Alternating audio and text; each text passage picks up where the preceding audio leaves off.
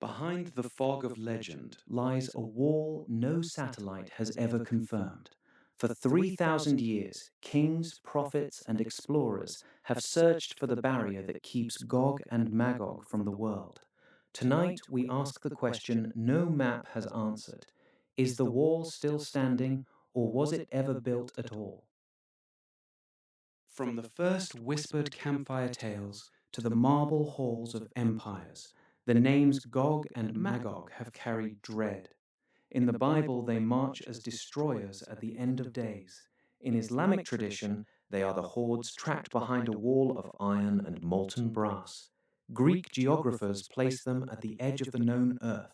Medieval cartographers drew them as giants straining against chains. Every culture that heard the story added its own layer of terror. Yet one detail remained constant, a physical barrier built by a ruler of unimaginable power. The question that drives our search is simple. Could that barrier still exist somewhere on Earth, untouched by modern eyes? The earliest written references appear in the Hebrew Bible, where Gog of the land of Magog leads a vast coalition against Israel. Centuries later, the Quran describes a righteous king named Dhul Qarnayn, sealing two savage tribes behind an unbreakable wall. Greek historians spoke of the Hyperboreans and the Sumerians, people said to live beyond iron gates. In the Caucasus, local legends tell of a barrier built by Alexander the Great himself. Persian epics place the same wall near the Caspian gates. Chinese chronicles record a northern people walled away by the first emperor. Each tradition names a different ruler, yet all describe the same structure: mountains fused with iron and a single gate that only divine power could open. The story spread along the Silk Road, carried by merchants who swore they had seen the gate with their own eyes. By the Middle Ages, the legend had reached every corner of the known world, each culture reshaping the tale to fit its own fears. The most detailed account comes from medieval Islamic historians. They describe a wall built by Dhul Qarnayn across a narrow mountain pass. The barrier was constructed in layers, first a foundation of iron blocks, then molten brass poured between them until the entire structure glowed like fire. A single gate, reinforced with iron and brass, was the only entrance. Local tribes claimed the wall was so high that birds could not fly over it. They said the gate itself was locked with a key so large that only an army could turn it. Yet the precise location was never recorded. Some placed it near the Caucasus, others far to the east in the lands beyond the steppes. The wall's description grew more impossible with each retelling, until it seemed more myth than masonry. Still, the question remained: if the wall was real, why has no explorer ever returned with proof?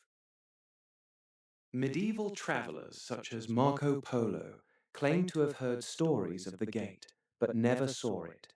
Arabic geographers mapped possible locations near the Caspian Gates and the Caucasus. Later European cartographers placed the wall in the remote Altai Mountains. Soviet expeditions in the 20th century searched the same passes without success. In 2018, a team of satellite archaeologists announced they had found linear anomalies consistent with an ancient barrier, yet ground teams found only natural rock formations. Still, the legend refuses to die. I walked those ridges for 6 weeks. The iron we found was centuries old, but the wall itself was gone. Local elders told us the gate opens only once every 100 years. We waited. Nothing happened. The coordinates we were given led to a cliff face. No gate, no wall, only wind. I still believe the wall exists. The question is whether it wants to be. Some researchers argue the wall was never physical at all, but a metaphor for the boundary between civilization and chaos. Others suggest it was a real structure destroyed by earthquakes or time. Fringe theories place the wall beneath the Antarctic ice or inside a hollow mountain. Popular culture has kept the legend alive through novels, films, and video games that reimagine Gog and Magog as everything from alien invaders to ancient machines. The mystery endures because it offers something rare, a secret that might still be out there, waiting for the right eyes and the right technology. Every generation adds its own layer of speculation, yet the core question remains unchanged. Where is the wall, and why has it never been found? Legends survive because they answer something deeper than facts. They promise that the unknown still has teeth. The story of Gog and Magog has outlived empires because it speaks to our oldest fear, that something ancient and dangerous waits just beyond the next ridge. We may never know whether the wall was built of iron or of imagination. What we do know is that the question itself refuses to die. Is the story of Gog and Magog history, symbolism, or a mystery that still waits to be understood? The wall may be lost, but the search has only begun. Watch part 2 to see where the next expedition leads.